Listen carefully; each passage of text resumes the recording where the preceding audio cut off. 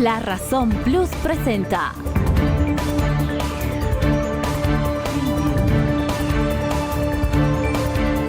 La Razón Radio, una manera distinta de contar las noticias y marcar el ritmo de ellas. Actualidad, entrevistas y comentarios.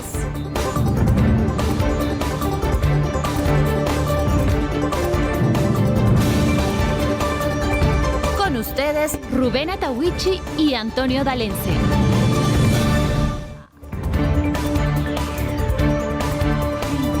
Estamos en contacto con el viceministro de Medio Ambiente, don Magín Herrera. Queremos hablar sobre las tareas de prevención que está ejecutando el gobierno en relación a los incendios. Estamos en época seca, ¿no? Estamos en época seca, el invierno arrecia. Hace pocos días hubo un incendio en La Paz, hay incendios permanentes en el oriente del país, especialmente en la Chiquitania, y de esto nos va a hablar Magín Herrera. Magín, le saluda a Rubén Atahuichi junto a mi compañero Antonio Dalense. ¿Cómo está, viceministro? Buen día, viceministro. Estábamos comentando con Rubén, estamos en época seca, permanente amenaza, seguramente focos de calor, tal vez algunos incendios ya en el país. ¿Qué informe tenemos hasta ahora, viceministro? Rubén, Antonio, de verdad un agradecimiento especial porque hay muy pocos espacios comunicativos que nos dedicamos al medio ambiente. Así que esta es una de ellas, ¿no?, que se está dedicando y es un granito de aporte muy importantísimo para que nuestra sociedad siempre esté consciente del cuidado medioambiental.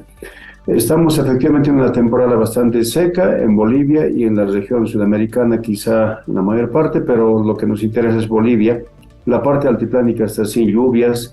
Hay bastante presencia de temperaturas bajísimas y eso está haciendo de que la masa vegetativa que nos ha ofrecido la caída de lluvias anteriormente, en el ciclo anterior, pues ha dejado una verdura total. Había pastizales, pajonales, había matorrales, en fin, y a lo largo del territorio nacional, por supuesto, muchas de ellas nos hemos beneficiado con agua, hay arbustos, arbustivos, bosques, frutas, etcétera.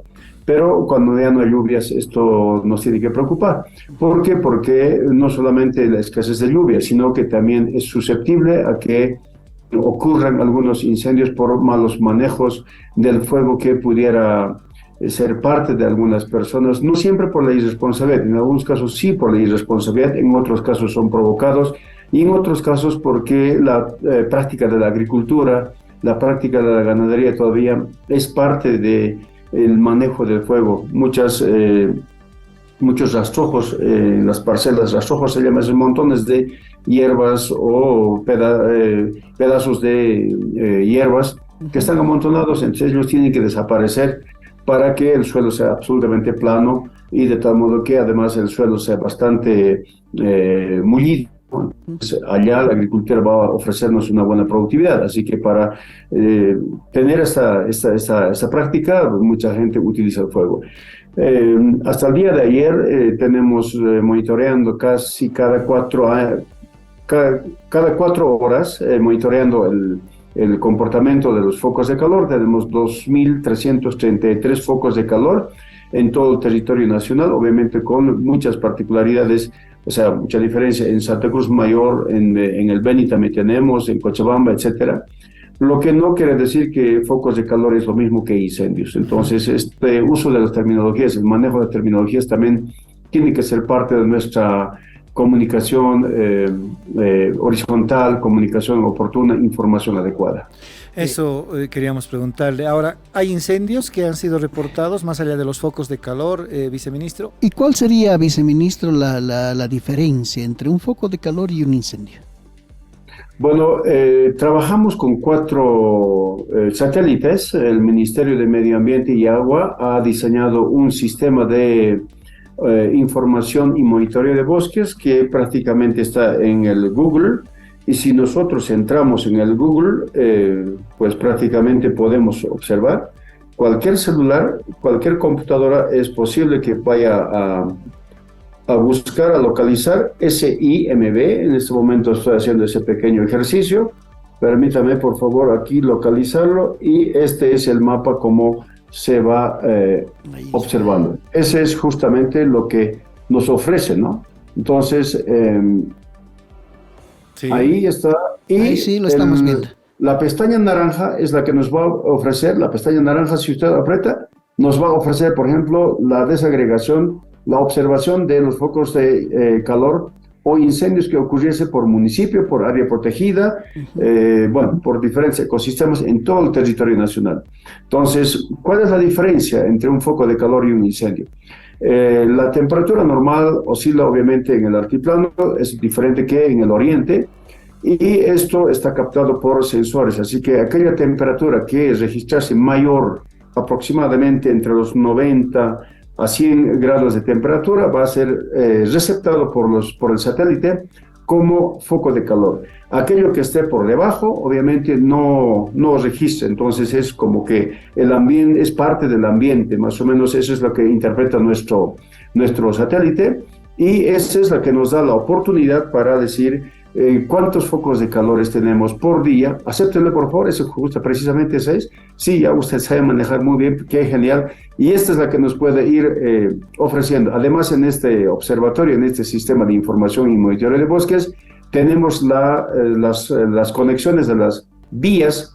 ¿Por qué? Porque necesitamos, si es que hubiese cualquier percance, para ingresar por ciertas rutas, movilidades livianas o pesadas. Acá tenemos, por ejemplo, informaciones estadísticas, la ocurrencia de estos comportamientos de focos de calor. Necesitamos tener información acerca de fuentes de recarga hídrica, donde hay lagunas, lagos, ríos, etcétera, donde tenemos, por ejemplo, localizados los centros de salud o establecimientos de salud. Esto es importantísimo. ¿Por qué? Porque en caso de haber algún percance, por supuesto, necesitamos coordinar con estos establecimientos. Así que es absolutamente muy útil esta herramienta. Generalmente ha sido coordinado su uso con las fuerzas de la tarea conjunta que está a cargo del Comando Conjunto, que aglutina las tres fuerzas aéreas, Fuerza Armada y Fuerza Naval, que contiene un total de aproximadamente 1.200 efectivos de élite bastante superior formada, porque se han capacitado con argentinos, con canadienses, con franceses, y a su vez en todo el territorio nacional ellos van operando. Entonces, esta herramienta que acabamos de mostrar, la herramienta digital, permite verificar y hacer obviamente los sobrevuelos, porque el Ministerio de Defensa Civil, es decir, el Ministerio de Defensa Civil es parte del control a los incendios, es parte del cuidado medioambiental, de tal modo que nosotros estamos siempre permanentemente coordinando el trabajo. Tenemos ya, Rubén, nuestra primera entrevista. Sí. Estamos ya al otro lado del Zoom. Vamos a dar la más cordial bienvenida a don Roberto Ríos. Él es viceministro de Seguridad Ciudadana. Con él vamos a abordar varios temas. Viceministro, ¿cómo está? Bienvenido a La Razón Radio. Antonio y Rubén les saludamos. Viceministro, lo hemos convocado, como decía, por varios temitas, pero vamos a empezar por uno que creemos que es el más nuevo, el más reciente, que tiene que ver con las empresas de seguridad. Ha salido una nueva reglamentación para ellos. Siempre hemos tenido quejas de que algunos funcionan de otra forma, otros de otra forma. No había una uniformidad, algunos no daban la seguridad que se necesitaba. En fin, cuéntenos primero eso, viceministro. Bien, Antonio, es importante mencionar como antecedente que justamente como Estado se contaba con una normativa que regulaba lo que es la autorización, el funcionamiento y los controles y fiscalización a las empresas privadas de vigilancia. Dentro de este sector tenemos rubros como la seguridad privada, tenemos rubros como la protección electrónica, también como las empresas de transportes de valores, caudales y monedas, ¿no? Es en ese sentido que a partir de un diálogo y un proceso de reflexión que hemos iniciado con estas, pero además también con la Policía Boliviana y otros actores públicos fundamentales que son parte también dentro de las actividades que brindan estas empresas, hemos visto que era importante primero desburocratizar el trámite, ¿no? Desburocratizar entendiendo que, como tú bien mencionas, si bien tenemos actualmente 222 empresas legales en el país, son aproximadamente 1.500 empresas las que no están legalmente constituidas, ¿no? Y esto justamente desemboca en una preocupación de la población, porque por un lado existe que no hay una confianza, no existe una uniformidad en los tipos de servicio que prestan, y por otro lado también la variación de uniformes hace de alguna manera de que no sientas que trabajan de manera formal todas estas empresas, ¿no? Por otro lado, la excesiva burocratización del trámite, la tramitación en los tiempos, no solo te desencadenaba que el trámite, que en el menor de los casos, hablamos, demoraba 1 año, y en el mayor de los casos 2 años, ¿no? También tenía como colaterales negativos la comisión de algunos hechos de corrupción. Uh-huh. Es en ese sentido de que, tomando en cuenta todos estos aspectos, pero además de que los guardias de vigilancia o las empresas privadas de vigilancia son un actor fundamental en lo que es la prevención del delito, y por otro lado también la atención y la coordinación con la policía en lo que es la emergencia y el auxilio a las personas, es que hemos asumido una serie de medidas que justamente están establecidas en este nuevo reglamento.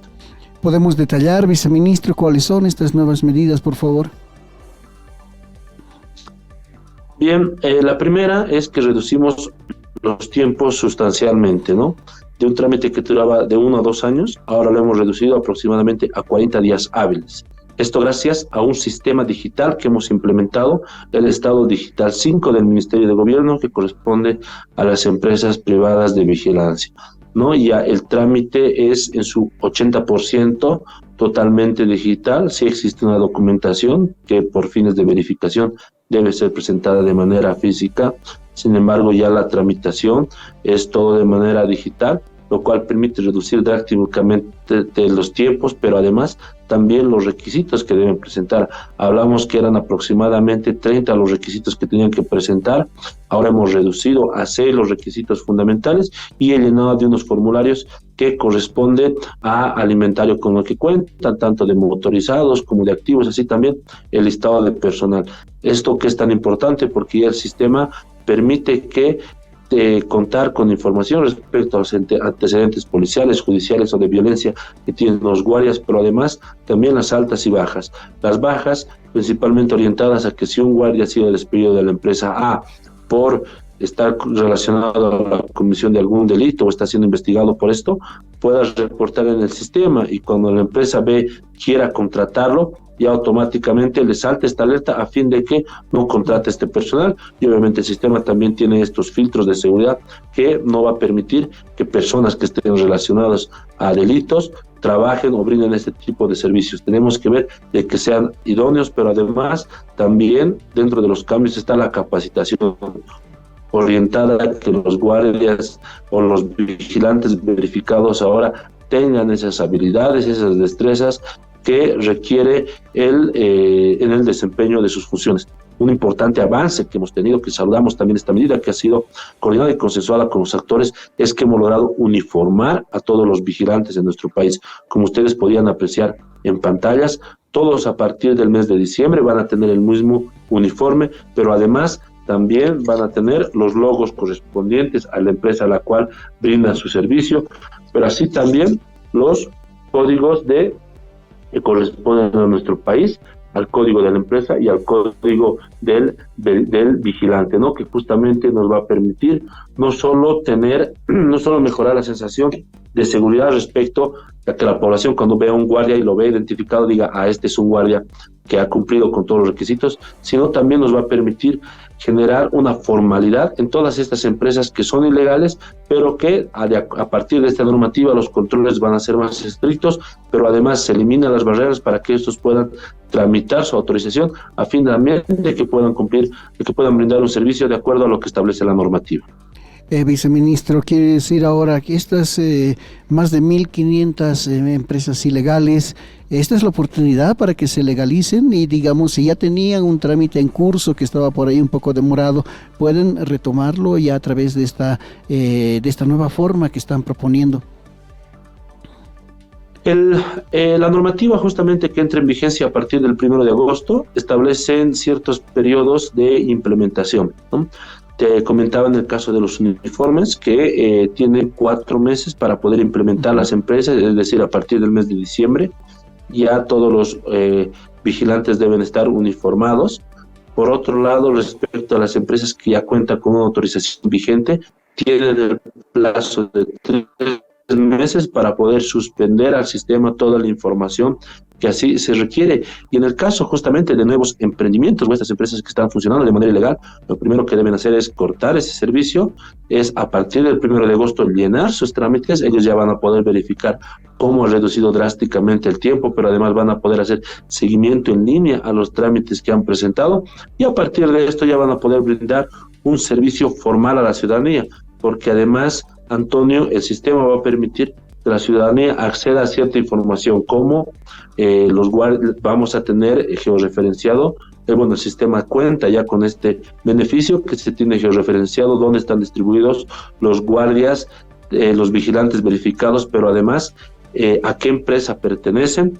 Y por otro lado, si yo quiero contratar una empresa de seguridad, entra al sistema, pueda ver si la empresa tenga la autorización vigente y a partir de esto también la pueda contratar, porque de un tiempo a esta parte también hemos visto que no solo entidades privadas, sino públicas también han contratado a empresas ilegales, lo cual no solo es un riesgo para la población, sino también, Antonio, hay que ver el tema de los derechos laborales y de la generación de empleo en nuestro país. Las empresas ilegales se constituyen en competencias desleales a las que son constituidas formalmente, así que también esta medida por eso ha sido saludada por parte de los actores que han participado en la elaboración de este reglamento, y bueno, pues se han visto desde distintas aristas el cómo deberíamos perfeccionar esta normativa, y en eso hemos trabajado de manera conjunta.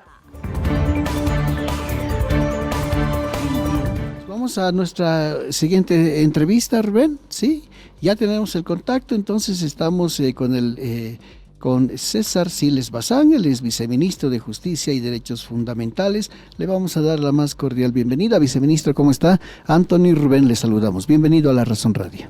Viceministro, a ver, comenzamos con lo que usted nos adelanta.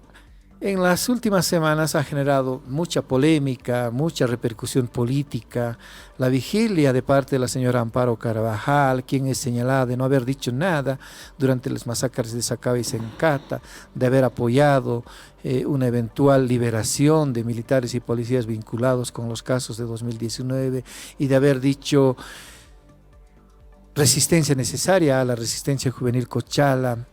¿Qué criterio tiene el gobierno o su despacho respecto de estos hechos? También los medios de comunicación y los políticos han estado señalando a Edgar Salazar como afín al movimiento al socialismo. El mismo Carlos Mesa decía que el masismo, el gobierno es quien protege a Edgar Salazar, y en contra de Amparo Carvajal. No hubo una respuesta directa, cierto, pero quisiéramos saber su posición. Sí, por responsabilidad nosotros hemos indagado y hemos tratado también de interceder en el conflicto que se ha generado. Creo que al final los interlocutores para poder resolver ese conflicto entre dos facciones, podemos decir así, que pretenden arrogarse la personería jurídica de la Asamblea Permanente de Derechos Humanos y también la propiedad del inmueble que estaba en discusión, bueno, que sigue en discusión. En este momento entiendo que están realizando el inventario de los documentos y de lo que existe al interior del mismo. Es ver precisamente eso, el derecho propietario. Tenemos la información que es pública, además, que no está a nombre de la Asamblea Permanente de Derechos Humanos ese inmueble. Está todavía a nombre del Fondo de la Banca Privada, es decir, el SENAPES sería el titular en este momento, porque no se ha iniciado y menos concluido, ni siquiera está en trámite el cambio de nombre, el trámite de saneamiento del derecho propietario, a pesar que existe una ley, es cierto, donde se transfiere a la Asamblea el inmueble, pero no está consolidado el derecho propietario en derechos reales. También hemos averiguado y nos hemos informado con relación a la personería jurídica como tal. La Asamblea Permanente de Derechos Humanos tiene una personería jurídica pero por mandato de la norma tenía que ver adecuado esa personería jurídica, ha hecho su solicitud, está en trámite, no ha concluido tampoco. Es decir, que esos dos elementos nos permiten concluir que al no haberse terminado los trámites ni de derechos reales, ni de adecuación de la personería jurídica, creo que tienen que sentarse a dialogar las partes en conflicto, revisar la documentación que tiene cada una de ellas, y ojalá se pueda llegar con esta intermediación que se ha ofrecido el Defensor del Pueblo a una solución pronta, ¿no? Es una asociación como cualquier otra, es más allá de la importancia que tiene por la defensa de los derechos humanos, pero es una asociación como cualquier otra que tiene que cumplir la norma, tanto para regularizar su derecho propietario del inmueble que ahora está reclamando, como para reclamar también la personería jurídica como tal. Viceministro, buen día, ¿cómo está? Antonio, le saludo otra vez. Buen día, Antonio. Bien. Sabemos también, viceministro, que están trabajando algunas mesas interinstitucionales precisamente para cumplir o mejorar, en este caso, la atención que se le brinda desde el Estado a las personas que han sufrido violación a sus derechos humanos. ¿Cómo está avanzando el trabajo en estas mesas, viceministro? Sí, el día de ayer tuvimos una reunión interinstitucional todavía. No hemos terminado de reunirnos con las víctimas, pero ya hemos empezado un acercamiento. Y precisamente con ese proceso de acercamiento con las víctimas, tanto las dictaduras del 64 al 82 como las víctimas Sacaba y Sencata, hemos logrado diseñar unas fichas de actuación, unas fichas de acciones concretas en los diferentes rubros que hay que trabajar para una reparación integral. El primer y el punto de partida es una política que se ha aprobado el año pasado. Tenemos históricamente como país, me refiero, una política de reparación integral para graves violaciones de derechos humanos en gobiernos inconstitucionales. Uh-huh. Esta política necesita planes de implementación. Esta política necesita que los ministerios, las entidades competentes, la sociedad civil, las propias víctimas puedan trabajar en esos planes de implementación. Y el primer paso que dimos fue recoger de las víctimas todas sus inquietudes, ¿no? Uh-huh. Hemos trabajado en 6 líneas estratégicas. Solamente te digo una de ellas para no cansar y para poder seguir con el diálogo: la rehabilitación, por ejemplo, o la restitución. Y en cada una de esas áreas, de esas líneas estratégicas, nosotros hemos recogido de las víctimas cómo ellos creen que podría rehabilitárseles en su derecho humano vulnerado, cómo creen que debía restituírsele al estado anterior a la violación de derechos humanos su situación.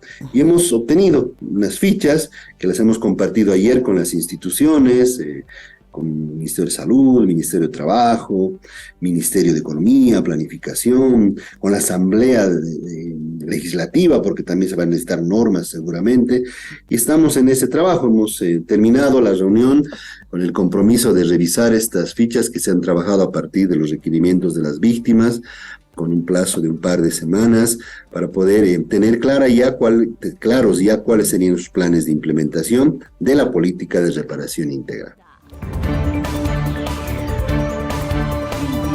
Claro que sí. Estamos en contacto, con el señor Davis Arana, él es jefe de la Unidad de Servicios de Transporte de la Autoridad de Transporte. Con él vamos a hablar sobre los resultados de los operativos durante las vacaciones invernales en terminales y aeropuertos y otros temitas más.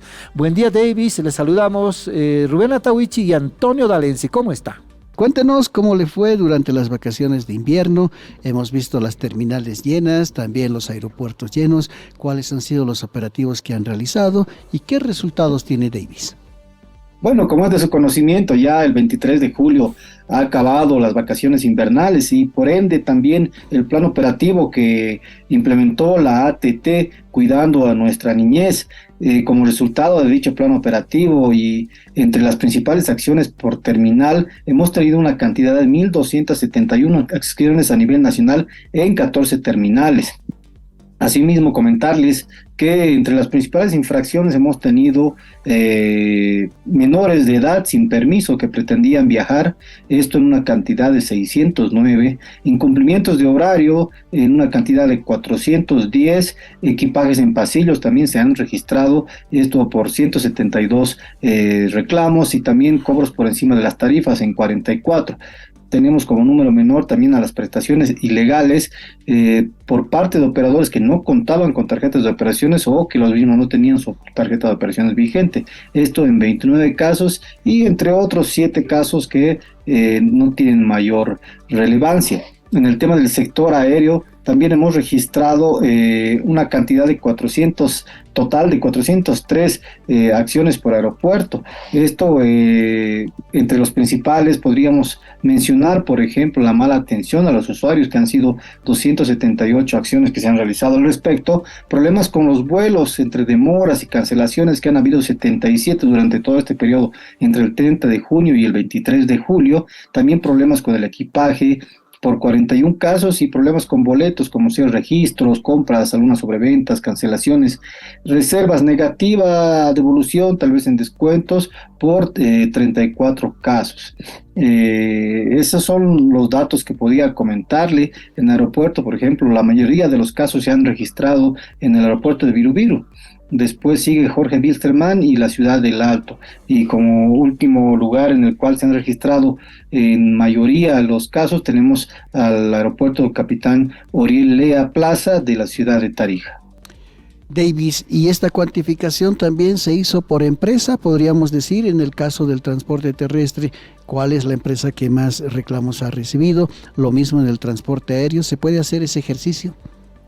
Sí, se puede hacer el ejercicio, sin embargo, todavía estamos reuniendo la información necesaria, no la tenemos, pero sí podría decirle que eventualmente vamos a difundir también en relación a cuáles han sido las empresas que van a ser sancionadas y cuáles han sido las sanciones por las cuales las mismas estarían siendo procesadas.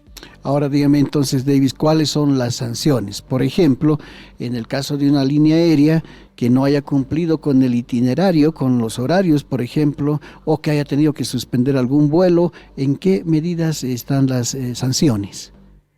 Bueno, número uno, las líneas aéreas, en caso de advertir incumplimiento de itinerario, si este es mayor a 2 horas, merece una compensación para los usuarios, ¿no?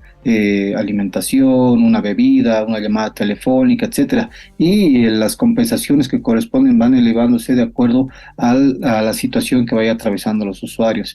En caso de cancelaciones, lo primero que tiene que hacer la aerolínea es informar también a los usuarios sobre la cancelación del vuelo, esto oportunamente. Si no lo hace oportunamente, tendrá que también realizar una compensación en el caso de que, por ejemplo, el usuario no tenga residencia en el lugar donde se encuentre, tendrá que brindarle el hotel necesario, la alimentación y la vestimenta tal vez por el día, para mientras ellos realizan el cambio, ¿no? Si el cambio es oportuno, entonces también tendrá que informarle cuál es el nuevo horario de su salida, o cuál es tal vez conseguirle una nueva aerolínea para que ellos puedan también priorizar el viaje y llegar a destino. En el transporte terrestre, ¿cómo funciona esto, Davis? En el transporte terrestre, en el tema de los itinerarios, afortunadamente la ATT ha desplegado a nivel nacional al 100% de sus funcionarios. Es decir, teníamos funcionarios en carriles que estaban priorizando la salida de los buses. Los buses, por normativa, tienen 15 minutos para poder retrasarse. Una vez pasados los 15 minutos, los funcionarios de la ATT exigen la salida inmediata de los buses. En caso de que los buses no salgan oportunamente, se elevan unas actas de inspección, las cuales a través de las cuales también son sometidas a un informe técnico. El informe técnico será elevado a un proceso administrativo al que se va a ver sometido la empresa que incumpla con los horarios correspondientes, y este proceso administrativo, por ejemplo, puede llegar dependiendo de las características del mismo y en el marco del debido proceso, a una sanción entre 200 UFBs y 5.000 UFBs. También hay que considerar la reincidencia que se registre respecto a la empresa que se pretende sancionar y si la misma, a qué categoría pertenece la misma y cuál es el parque automotor que tiene. Son aspectos que prevé la norma para poder hacer una determinación de la sanción que corresponda. Estoy ya al otro lado de la línea, Rubén, con tu tocayo, don Rubén Gutiérrez. Él siempre tiene la gentileza de atendernos. Asambleísta, ¿cómo está? Buen día, Antonio le saluda. Estoy acá junto a Rubén Atahuichi. Decíamos que con relación a las elecciones judiciales, que ahora sí que el tema parece mucho más delicado, sobre todo por cuestión de plazos. Estamos a la espera de un fallo del Tribunal Constitucional. ¿Cuáles son las expectativas, Rubén?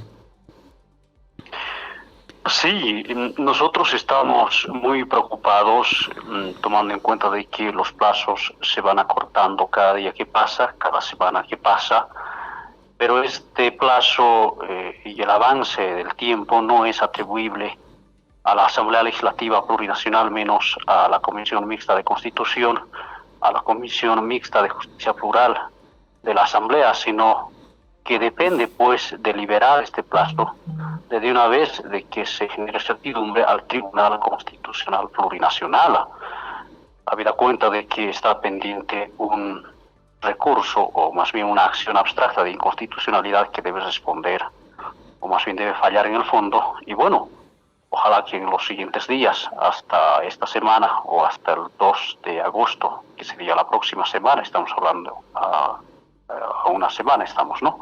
Hasta el miércoles 2 de agosto, ya podría pronunciarse el Tribunal Constitucional. De lo contrario, sinceramente, yo estoy muy preocupado, esto se imposibilitaría materialmente. Ojalá hasta esta semana se resuelva todo y que en definitiva la Asamblea Legislativa Plurinacional cumpla con su deber constitucional de llevar adelante el proceso de preselección a través de una convocatoria conforme a los reglamentos y las convocatorias que ya se había trabajado, elaborado, aprobado en las sesiones anteriores desde el mes de marzo inclusive, ¿no es cierto? Entonces estamos a la espera, así que el Tribunal Constitucional debe dar y garantizar al país y a los postulantes para la renovación total de las altas autoridades del órgano judicial. Estamos hablando de 26 autoridades del órgano judicial y del Tribunal Constitucional.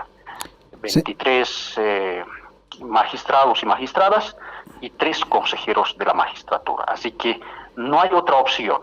La única opción, el camino es cumplir nuestro mandato constitucional que está conferido a la Asamblea Legislativa Plurinacional, una primera etapa de preseleccionar y la segunda etapa, en definitiva, el Tribunal Supremo Electoral organizará las elecciones para que el pueblo defina con su voto los futuros magistrados, las futuras magistradas del Tribunal Constitucional y del órgano judicial.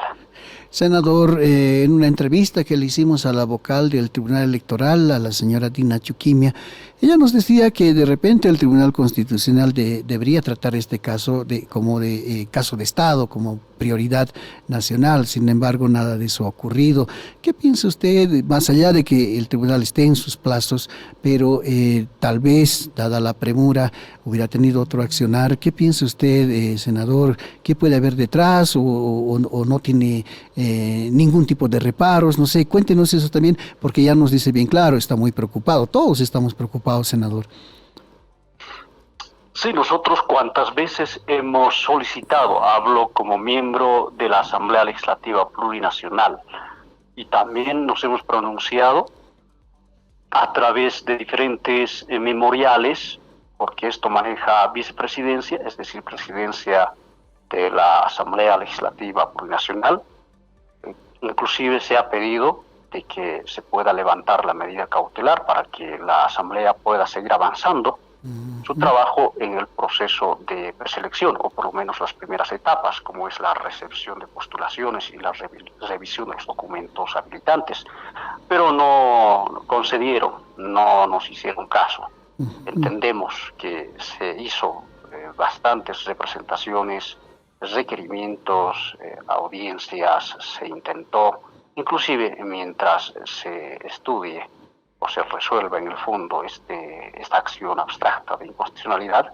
Inclusive nosotros hemos propuesto y hemos aprobado una ley modificatoria para garantizar los plazos para la Asamblea y para el Tribunal Supremo Electoral. Aquí hay pues, un hecho concreto, no podemos dejar pasar. ¿Quién presentó la acción de inconstitucionalidad abstracta? Precisamente es un diputado de oposición, un diputado de Creemos, que con argumentos que están fuera de la Constitución, de la ley para nosotros, bueno, han sido admitidos esta acción abstracta de inconstitucionalidad. Entonces, ahí está la causa, si se quiere, desde el punto de vista formal, que ha impedido continuar el proceso de preselección a través de una convocatoria. Y ahora bien, de eso se agarran algunos, yo digo, diputados, senadores, que en un principio no querían que se lleve adelante este proceso de preselección, inclusive restaron credibilidad, inclusive yo puedo animarme a decir que no querían que la Asamblea Legislativa Plurinacional cumpla con su atribución constitucional de selección.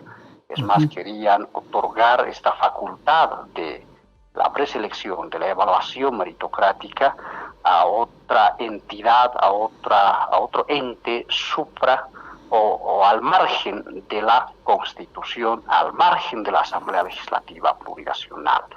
Entonces, ahora obviamente que después de presentar la acción abstracta de inconstitucionalidad, nuevamente vuelven a retomar la idea de que sí debe ser el pueblo boliviano quien debe elegir con su voto previa preselección. Ahí podemos ver un avance importante, si se quiere, en el cambio de discurso que ahora tienen. Estamos en contacto con el viceministro de Defensa de los Derechos del Consumidor, el señor Jorge Silva. Vamos a hablar sobre otro tema que preocupa, el agua. A ver, ¿qué te parece? Viceministro, buen día. Le saluda Rubén Atauich. Estoy aquí junto a mi compañero de trabajo, Antonio Dalense. ¿Cómo está? Viceministro, si bien el otro día el ministro de Medio Ambiente nos decía que habían suspendido las operaciones mineras en la represa de Jampaturi y se iba a analizar la situación de otras represas en La Paz, hay preocupación por el agua contaminada supuestamente de nuestras represas. ¿Qué informe oficial hay respecto de esto? Bueno, primero que la población debe estar tranquila al respecto por dos razones. Primero porque hemos visitado in situ las represas y las plantas de tratamiento de agua que tenemos en La Paz. Y lo hemos hecho en coordinación también con la Universidad Mayor de San Andrés, el Ministerio de Medio Ambiente y Agua, el Ministerio de Salud, el SENASAT y personeros de EPSAS, con quienes hemos ido a verificar esta situación que lógicamente nos ha preocupado. Se descarta, Rubén y Antonio, se descarta por la visita que hemos realizado y hemos verificado que exista una contaminación producto de las aguas que estarían evacuando los centros mineros, especialmente estos líquidos lixiviados que evacúan en el tratamiento, en el proceso de producción que ellos tienen de exportación de minerales. No hay una contaminación, sin embargo hay un factor de riesgo que se tiene que controlar, ¿no?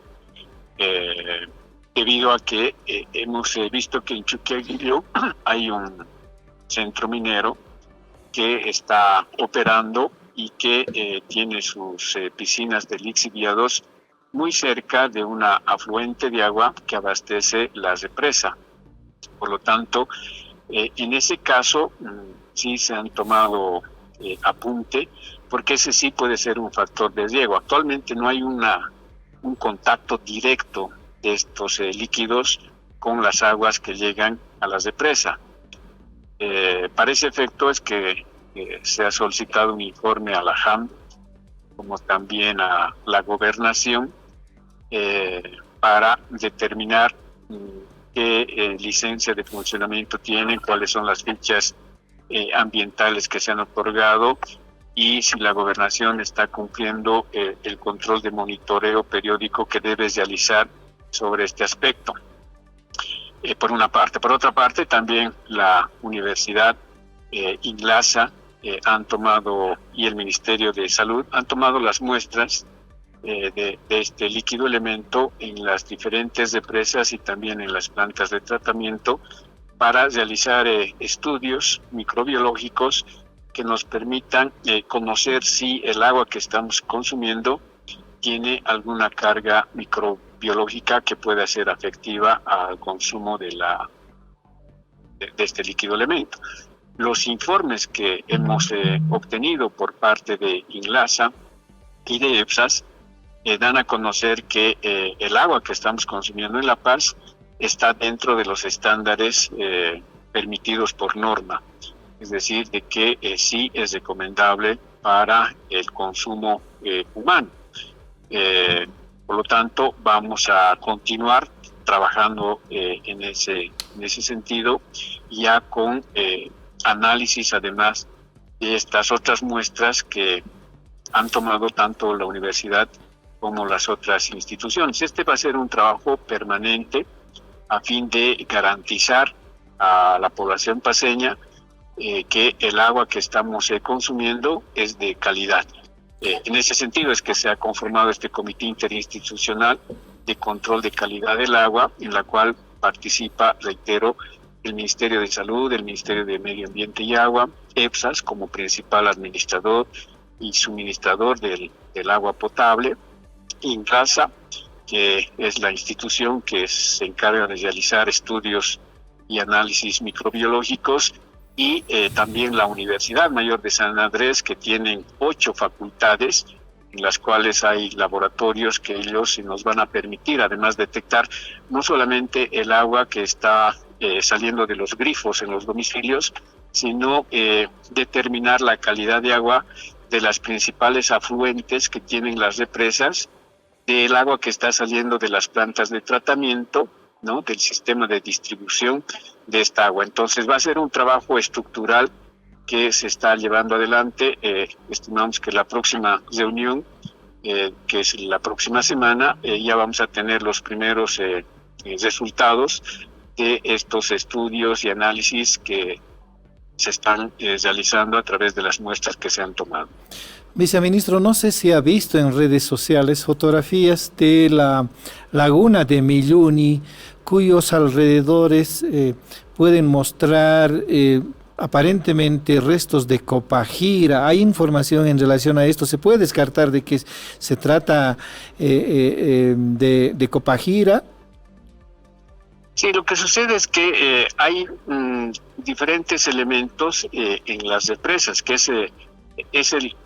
para dar gráficamente una idea a la población que nos está escuchando, es una especie de piscina las represas, ¿no?, donde llega el agua normalmente de las afluentes, que son riachuelos o conductos de extracción de agua que llega a la represa. Pero esta agua de la represa no es directamente la que se conecta con la cañería.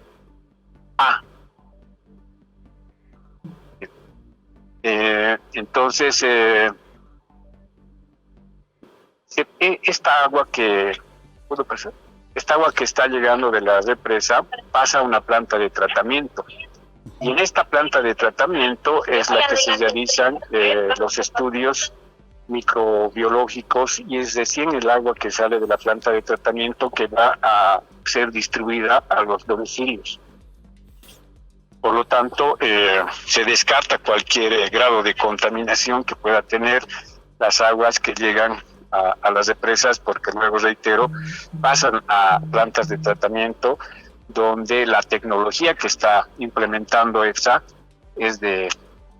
está dentro de los estándares internacionales, es decir, tienen la certificación correspondiente para posteriormente distribuir el agua potable a los diferentes municipios que ellos están suministrando agua. Saludamos a Hugo Siles. Buen día, Hugo. Le saludamos a Antonio D'Alessio y Rubén Atahuichi. ¿Cómo está? Buen día. ¿Cómo está Santa Cruz a esta hora de la mañana? Hugo, lo hemos invitado para hablar de varios temas que están relacionados con Santa Cruz.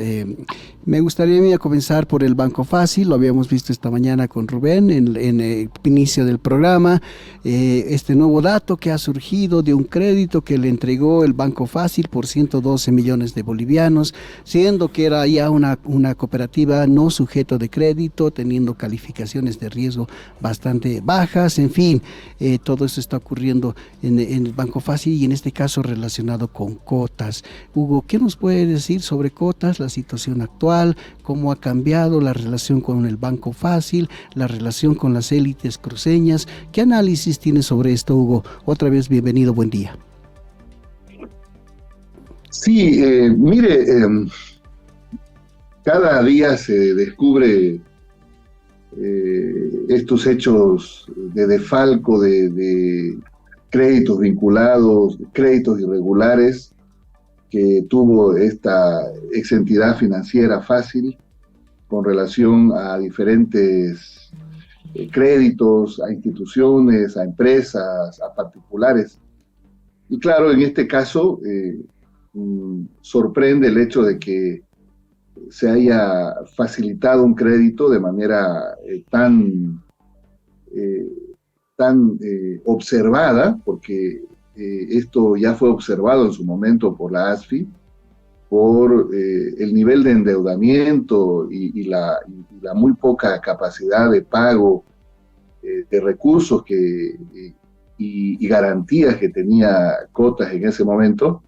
Pero claro, esto es lo que lamentablemente sucedió el año 2019, cuando esta exentidad financiera hizo a sus anchas una serie de trámites y de regularizaciones, entre comillas, con la ASFI, en ese momento administrada por el gobierno de facto de la señora Áñez.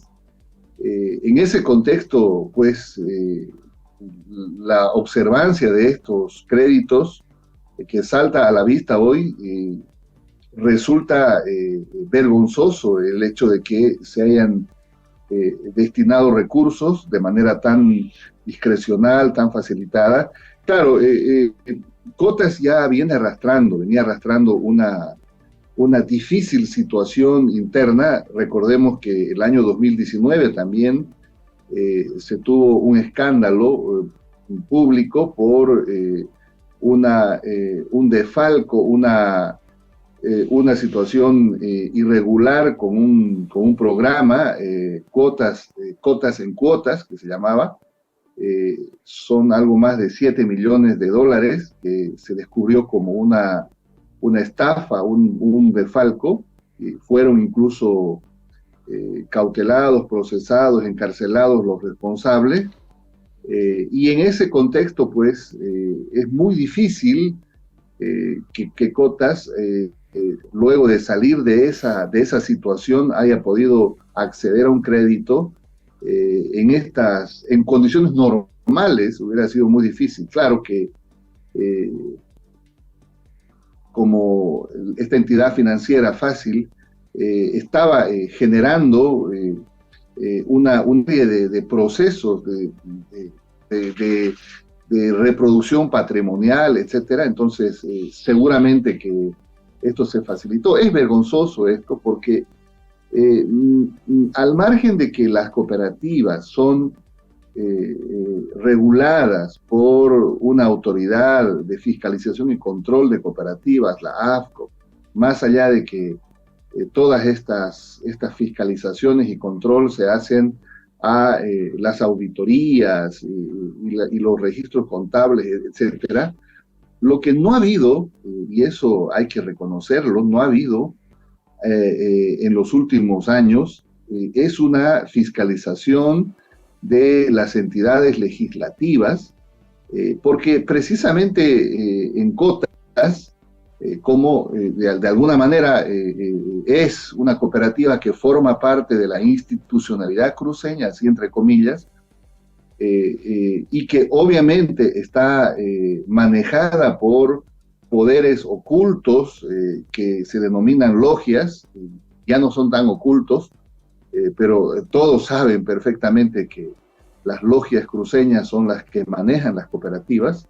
Entonces es muy difícil que los mecanismos de fiscalización, por lo menos de las bancadas de legisladores que son mayoritarias en la oposición política acá en Santa Cruz, pues osen a fiscalizar o hablar de estas cooperativas.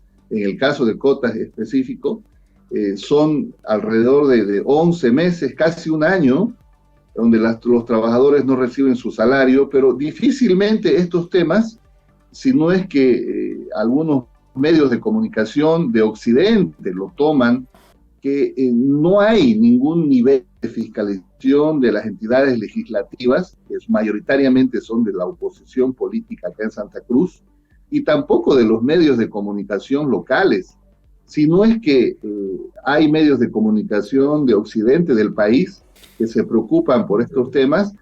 Básicamente aquí pasa desapercibido el tema de lo que sucede en Cotas, que son 11 meses ya que los trabajadores reclaman su salario. Antonio, tenemos un nuevo contacto en La Razón Radio. Estamos ya en comunicación con Pablo Vanegas. Él es abogado de la familia de la víctima de abuso sexual de un estudiante menor de edad en el Colegio Alemán de Santa Cruz. Así es, le vamos a dar la cordial bienvenida. Pablo, ¿cómo está? Buen día. Antonio y Rubén, le saludamos. Pablo, quisiéramos saber la situación de salud psicológica del niño que ha denunciado abuso sexual en el Colegio Alemán, si nos puede contar brevemente. Bueno, él se encuentra recibiendo terapia del CEPAP, que es una dirección de la gobernación donde por orden judicial, por orden del Ministerio Público, se lo ha derivado para que se pueda someter a terapias. Pero lo más importante es que en este momento necesitamos un poco más de colaboración de la unidad ejecutiva, porque lo que tiene que, para mejorar su trauma, es que tiene que volver él al colegio, y para que tenga que volver tiene que tener toda la seguridad del colegio de que va a transitar libremente por cualquiera de los espacios donde está ahí, porque es un niño. No se le puede limitar a que no vaya por ciertos lugares, y para eso necesitamos que el colegio se ponga las pilas y pueda brindarle esa seguridad para que el niño pueda volver a su segundo hogar. No tendría que tramitarse en situaciones normales esa petición, pero se ha solicitado a las autoridades del colegio de que para su vuelta a las aulas el muchacho tenga la seguridad. Mire, el niño no ha pasado clase desde el día de la denuncia, el 12 de junio. El colegio vuelve a clase el día 14 de agosto, porque tiene un tema diferenciado, su tema escolar, ¿no? Su calendario. Pero en su momento el colegio nos ofreció, imagínense esto, que cuando el niño sea el recreo, el niño tenga que irse a la dirección, como si él fuera el peligro para los agresores, cuando él ha sido la víctima de los agresores, y él tendría que estar en normalidad disfrutando del recreo, compartir con los amigos, porque es su segunda casa, ¿no? Entonces, vemos muy poca, el colegio sabe de esta situación de que el niño, en pandemia estuvimos todos encerrados por una necesidad de salud, pero hoy hay un ser humano con 12 años agredido sexualmente como víctima y no está pasando clases, y ese tipo de situación lo trauma más a él porque imagínense, no tiene teléfono, no tiene contacto, es decir, es un ser humano que está sufriendo ahí, y el colegio tiene que tener empatía y tiene que buscar los mecanismos de que este niño vuelva a su segundo hogar. Según el calendario especial del Colegio Alemán, ¿hasta cuándo pasan clases antes de las vacaciones? Bueno, ellos han salido de vacación el día 14 de julio, vuelven el 14 de agosto a pasar clases, entonces hay semanas inclusive para que vamos a hacer esta vez, como el Ministerio de Justicia ya se ha plegado a un copatrocinio junto con la familia, estamos copatrocinando junto con el Servicio de Protección de Víctimas, el CEPAP, y bueno, vamos a solicitarle para que vía Ministerio Público, vía juzgado, se busque un mecanismo para que el colegio tenga la obligación, en este caso, de brindarle seguridad al niño. Con el aditamento, ¿no? El ministro, hace 2 días, el ministro de Justicia hizo saber que el colegio ha transgredido la ley de seguridad ciudadana, ha violado la ley de seguridad ciudadana porque uno no tiene cubierto el 100% del perímetro del colegio. Prueba de ello es que hay certificaciones mismas del colegio donde dice que, por ejemplo, la cámara que apuntaba al baño donde sucedieron los hechos, la mayoría de los hechos no funciona la cámara, sí está ahí, pero no funciona. Después el niño agredido indicó que el agresor en su momento se acercó al comedor del colegio y lo amenazó.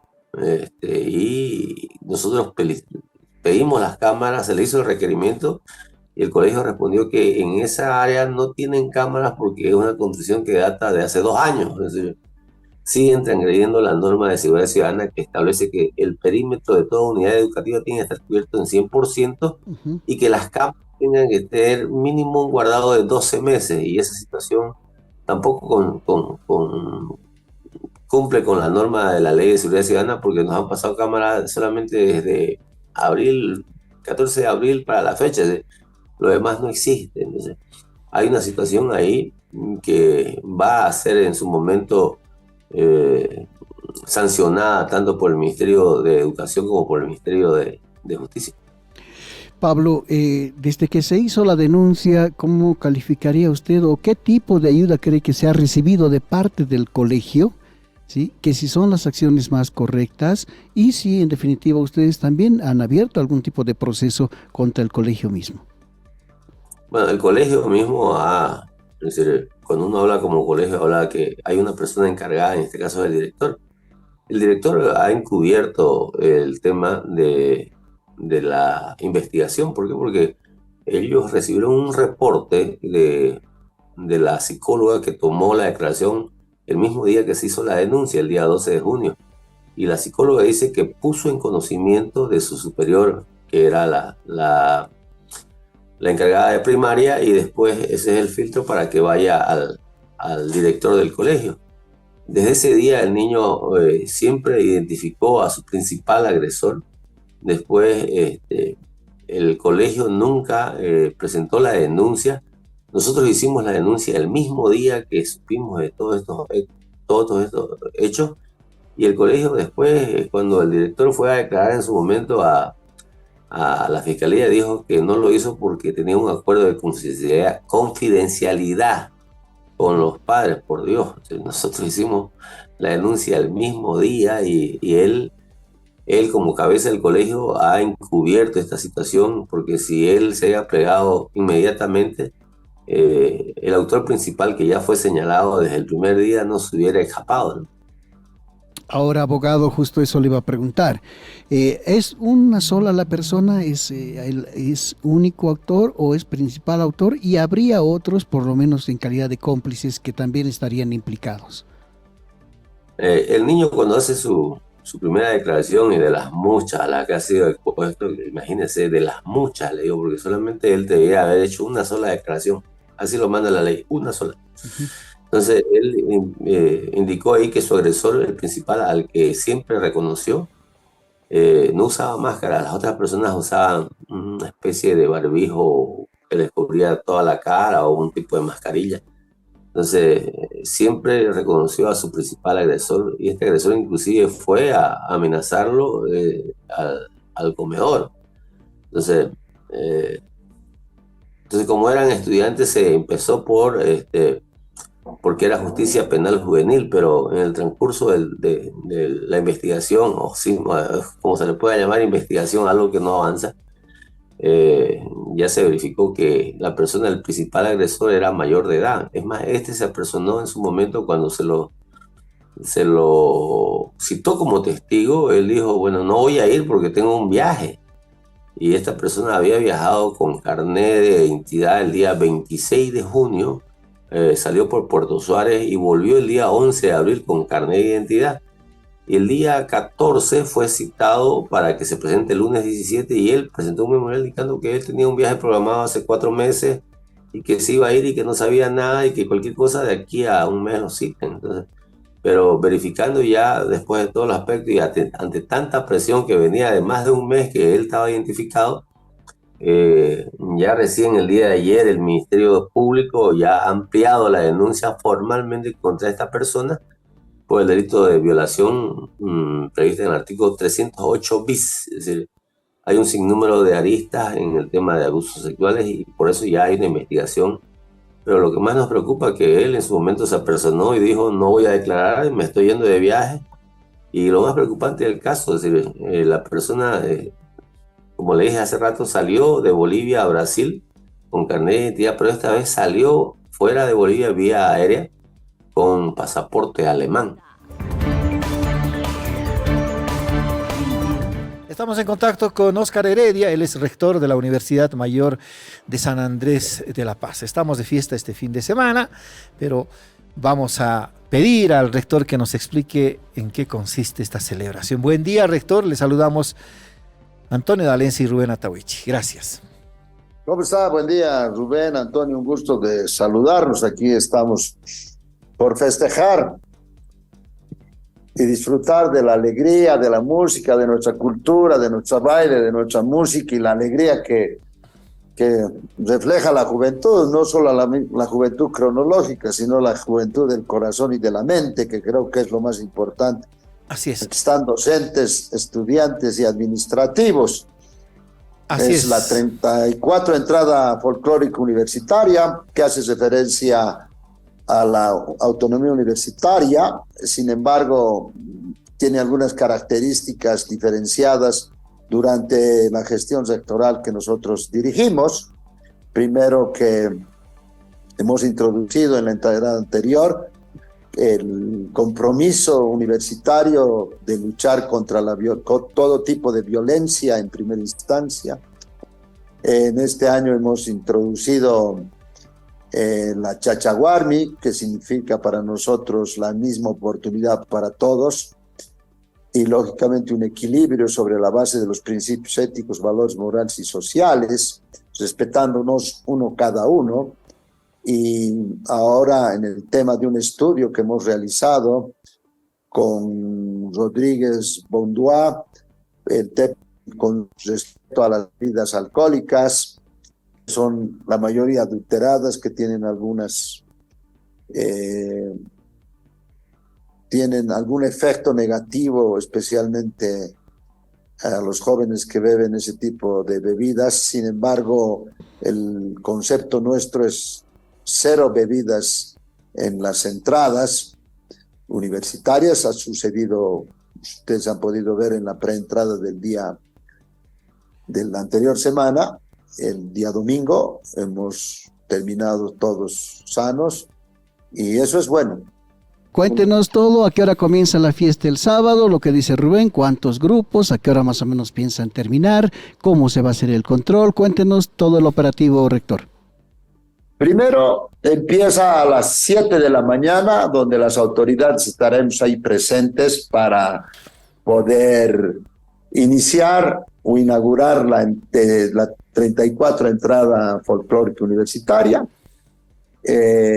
Hay 62 grupos folclóricos que representan a las diferentes facultades y carreras, más unos 3 grupos invitados, tengo entendido, que es un número importante, compuesto aproximadamente por más de 10,000 bailarines, entre docentes, estudiantes y administrativos.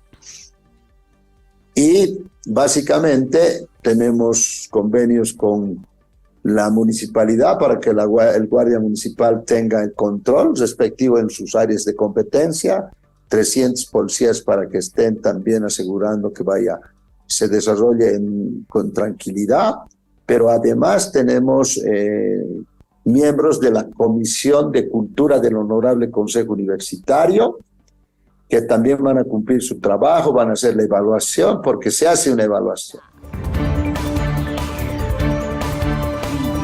A ver, nos va a contar de esto Elvin Linares, el vocero de la alcaldesa del Alto, doña Eva Copa. Con él vamos a hablar unos minutos. A ver, para que nos cuente un poco sobre la situación de la colonia peruana que hoy está de fiesta. Y luego, las actividades del gobierno local en relación a las fiestas julias. ¿Qué te parece? Elvin, ¿cómo está? Buen día. Antonio y Rubén, les saludamos. Bienvenido, como siempre, a La Razón Radio. Antonio, muy buen día. Rubén, un gusto de verlos. Efectivamente, pues estamos en un día de agasajo para el hermano país del Perú. Y como ustedes decían, ¿qué opinamos? ¿Qué vemos desde el Alto a los hermanos peruanos? Bueno, los vemos emprendedores. Hemos tenido bastante éxito con esto que ellos traen desde su tierra, como es la alimentación, el ceviche famoso, los frutos de mar que nos hacen disfrutar también, seguramente en nuestras ferias principales en la ciudad, pero también en puntos específicos de la ciudad, como en Satélite u otros lugares, donde sabemos que sirven un rico ceviche. Y esto pues es un cariño especial que traen siempre nuestros hermanos peruanos, a quienes, por cierto, saludamos desde el municipio del Alto. Así es, Elvin, compartimos ese criterio. Hay muchos emprendimientos aquí en el centro de la ciudad, en Miraflores, Contigo Perú, esas cevicherías, esos restaurantes aquí cerquita. El Rockies, por ejemplo, es peruano. Peruano también, hay varias, ¿no? Sí, tiene razón, Elvin. En muchas otras áreas, pero destaca mucho la gastronomía. Mucho. Y como que Perú también es potencial gastronómico en el mundo. Así es. Elvin, lo hemos invitado, estamos terminando prácticamente el mes de julio. Que no se olviden de la música, ¿no? Cierto, porque últimamente está sonando mucho la tunantada. Vemos en los cumpleaños de los salteños siempre una pareja de tunantada con la música peruana tan linda. Bueno, estamos haciendo una fusión cultural también interesante, ¿no? Así es. Sí, es cierto. Y decíamos con Rubén al comenzar, Elvin, que alguna vez fuimos una sola nación.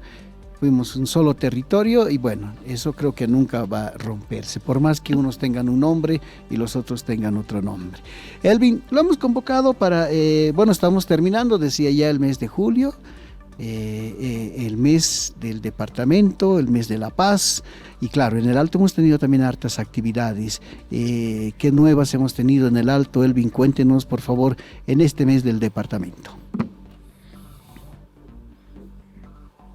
Bueno, más allá del festejo del departamento, del grito libertario, el 16 de julio y todo este mes de agasajo, más allá de todo esto, nos hemos concentrado un poco en lo cultural, artístico. Hemos tenido que desarrollar nuestra querida entrada de la Virgencita del Carmen, que por cierto ha salido todo un éxito, un movimiento económico duplicado al año anterior, que se calculaba en 100 millones la gestión anterior. Hoy indica la Asociación de Conjuntos Folclóricos que ha bordeado los 200 millones el movimiento económico, y esto implica desde la contratación de las bandas, el tema de la ropa, la comida, las bebidas, los locales, etcétera. Es un movimiento interesante que el municipio ha ido respaldando. Hemos remozado el camino, el trecho de la entrada, hemos estado con nuestra primera autoridad participando también, compartiendo de esta algarabía, esta devoción hacia la Virgencita del Carmen, y lo hemos visto con mucho éxito. Esa ha sido nuestra primera principal actividad del mes de mayo, pero el resto también se viene trabajando. Obras ha sido lo importante. Culminamos este 29 de julio ya con la segunda obra grande que esperábamos en cuanto a salud, el segundo hospital de segundo nivel, justamente en el norte ahora. Este día sábado es otra vez nuevamente un hospital con inversión de 140 millones de bolivianos, que va a tener 5 especialidades, pero también otro tipo de atención. Es un complejo hospitalario, un complejo ecoamigable, que va a tener a disposición en 830 días nuestra población, es decir, 2 años y algo más, ya vamos a verlos de pie. Son infraestructuras que van a ser llave en mano. La empresa ya está contratada en ambos casos y arrancan obra este sábado en el norte. El anterior sábado arrancamos en el lado sur con una gran fiesta, y esperemos que este sábado también, ahora toca a la FEJUVE de la ciudad, a la nueva directiva, mostrar de repente su convocatoria, que por cierto ha sido masiva en su congreso, y ahora para hacer un festejo grande de una obra que tanto esperamos los salteños. Tenemos el problema de la salud y con mucha certeza nuestra primera autoridad municipal ha priorizado los recursos escasos que tenemos para invertirlos en estos temas de salud especialmente. Elvin, estamos hablando entonces de 2 hospitales, los 2 son de segundo nivel, los 2 ya comenzaron la construcción. Entremos en detalle, por favor. Sí, los 2 tienen un área de más de 12.000 metros, ¿no?, de terreno. Se está construyendo una obra de 9.000 en el área de construcción, 140 millones de bolivianos de inversión. Ya arrancó el Hospital del Sur con los trabajos previos, y también este sábado el norte.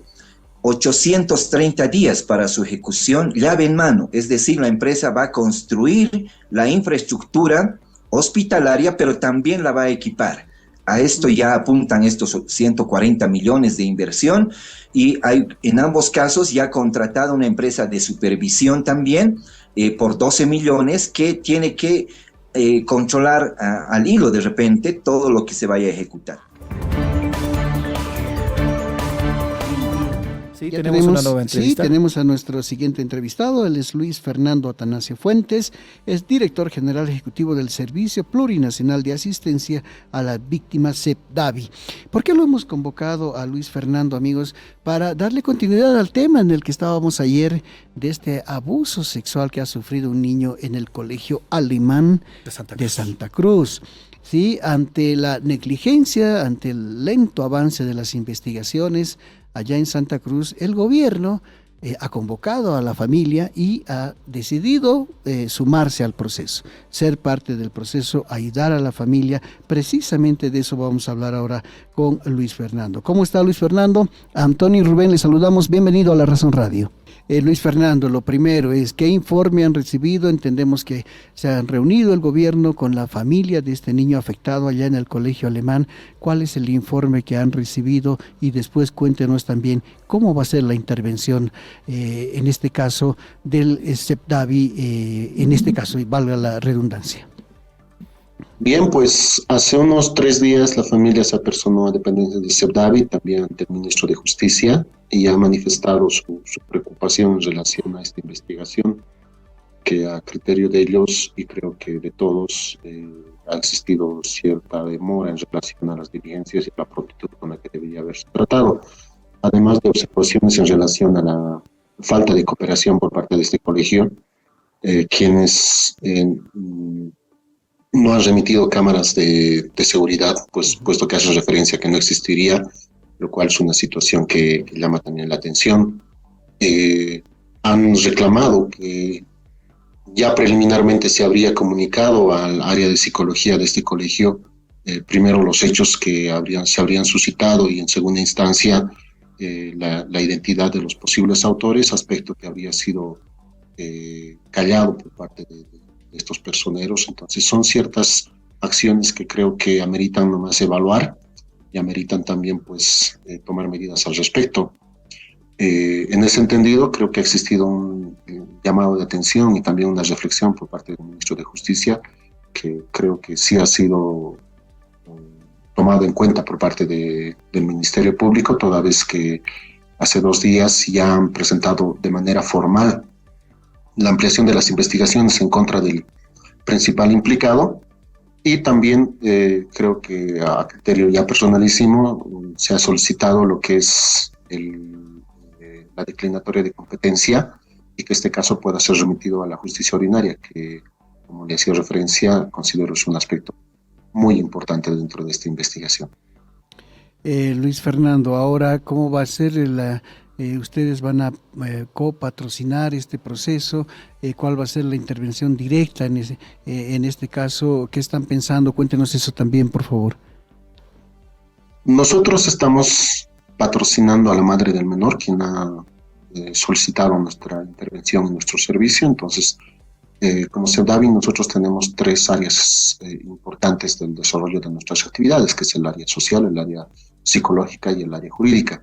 Cada caso es diferente, y en este caso en concreto lo que urge es realizar diligencias o actividades en el área jurídica.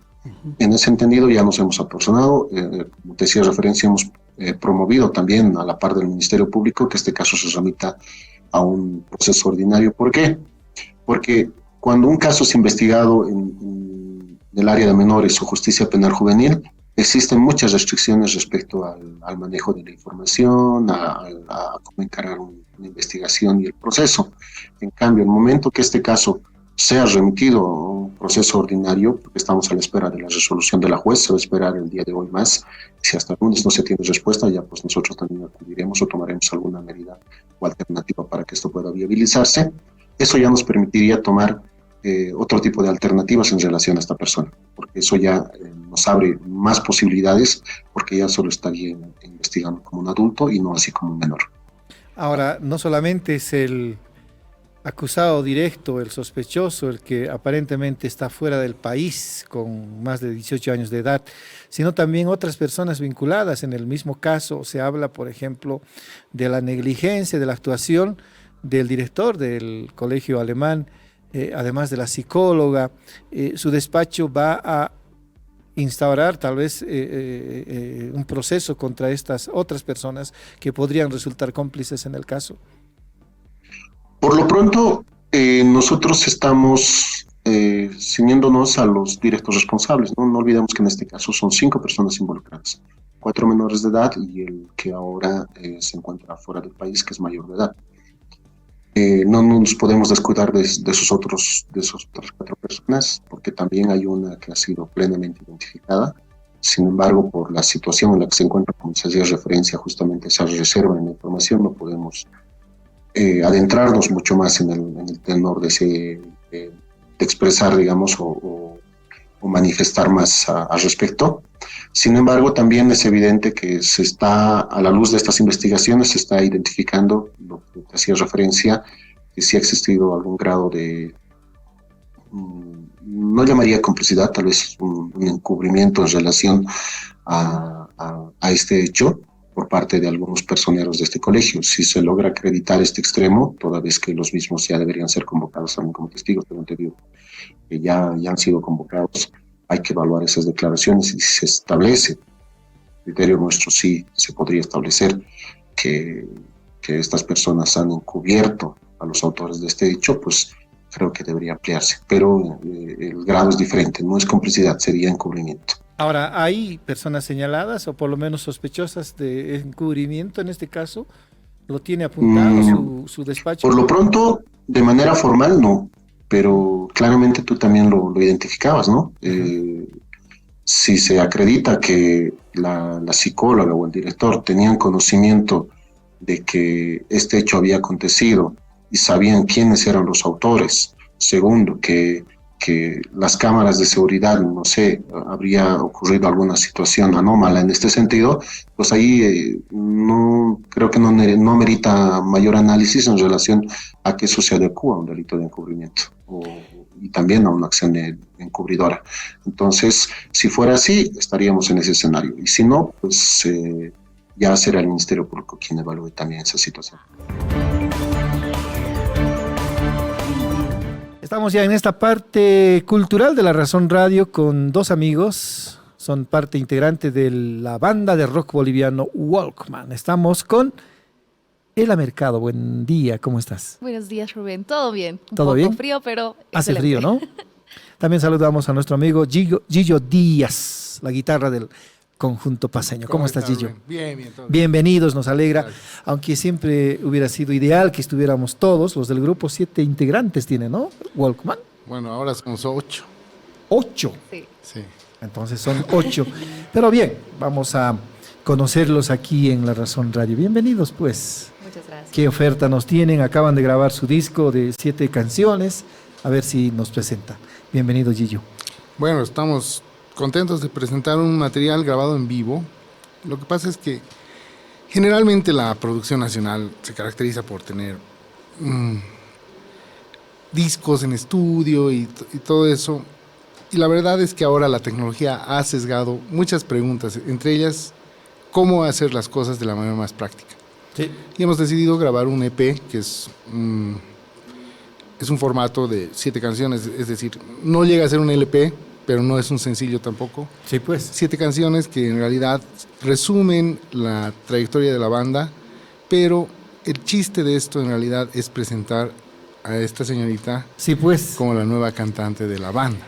Ela Mercado es la nueva voz del grupo, así que bienvenida a la canción, bienvenida a la música, bienvenido. Obviamente nosotros no tenemos autoridad para eso, pero para nuestro público sí. Muchas gracias.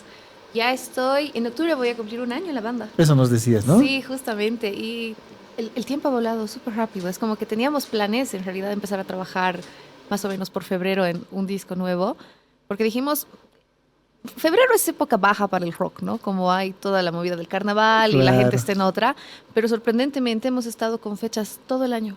O sea, no hemos parado casi nunca y es muy lindo poder realmente movernos así y disfrutar con los amigos, con gente nueva, con todo el público. Y se ha normalizado la situación de la música, ahora estamos en los escenarios, ¿no? Felizmente, ¿no? Felizmente, sí. Porque 2 años y más habíamos extrañado a nuestros músicos, seguramente a ustedes también su público, pero bueno, hay que abrirse y mejor si es cantando. Gillo, contanos un poquito, ¿cuándo nace Walkman? ¿Qué propuesta tiene? La verdad ya no me acuerdo, así, pero ya, no sé, 2015, creo. Más o menos, sí. Sí, una banda que en realidad ha pasado por muchas iteraciones de miembros. Ajá. Y en realidad por eso hemos decidido grabar un disco en vivo, porque son varias canciones que hemos grabado en diferentes momentos, con diferentes cantantes, con diferentes lineups, y ahora estoy aprovechando de grabarlo con Ela, canciones que tocamos en vivo con mucha frecuencia, ¿no? Y esta que acabamos de tocar es la única que desde el día que se grabó hace 5 años, ¿ya? Nunca la habíamos tocado en vivo, porque nos faltaba personal. Sí. Personal. Lo que pasa es que es una canción que tiene muchas voces, ¿ya? En estudio hemos exagerado un poco y hemos grabado con muchas voces y hemos invitado unas cantantes y todo. Y ahora estamos estrenando 2 nuevas voces en la banda, ya que es Mari y Sabri, que son unas chicas que cantan. Genial. Sí. Y han sumado a la fuerza que tiene la banda, que es rock, obviamente. Sí. Y aprovechando que están ellas ahora en la banda, hemos decidido grabarlo como de la mejor manera posible, tratando de grabar la versión en estudio, pero grabarla en vivo con esa misma lógica de estudio, básicamente, porque somos Claro, 8. hay tecnología para eso. Claro, ahora sí se puede. ¿Y cómo descubrieron a Ela? En realidad, parece que se sabe la historia del conjunto, así que... En realidad la descubrió nuestro anterior cantante. En realidad yo siempre soy fan. Claro, eso sospeché por cómo más o menos asentía cuando hablabas de la historia de Walkman. Lo que pasa es que Joaquina, que era la primera cantante, bueno, la primera cantante técnicamente de Walkman, hemos hecho teatro juntas, o sea, Ya. teníamos como que una pequeña conexión y relación. Y de repente empezó y dijo así, voy a tener mi banda. Y yo dije, ucha, qué genial. Es como que es lindo poder apoyar todas estas cosas cuando tus amigos las hacen. Y yo iba siempre, y al menos siempre que había live. Claro. Eventualmente fueron pasando otras conformaciones.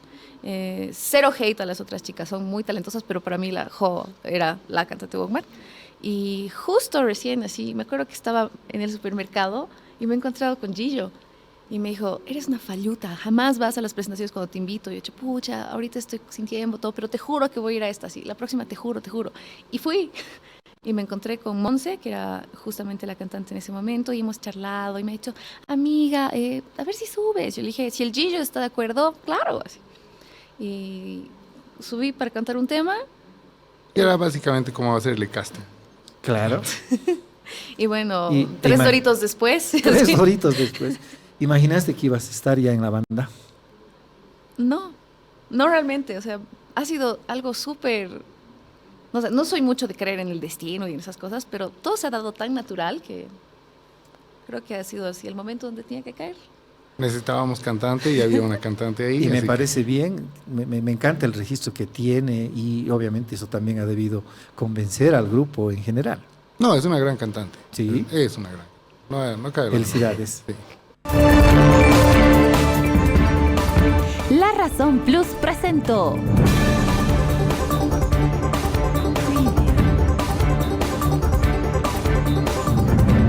La Razón Radio, una manera distinta de contar las noticias y marcar el ritmo de ellas. Actualidad, entrevistas y comentarios.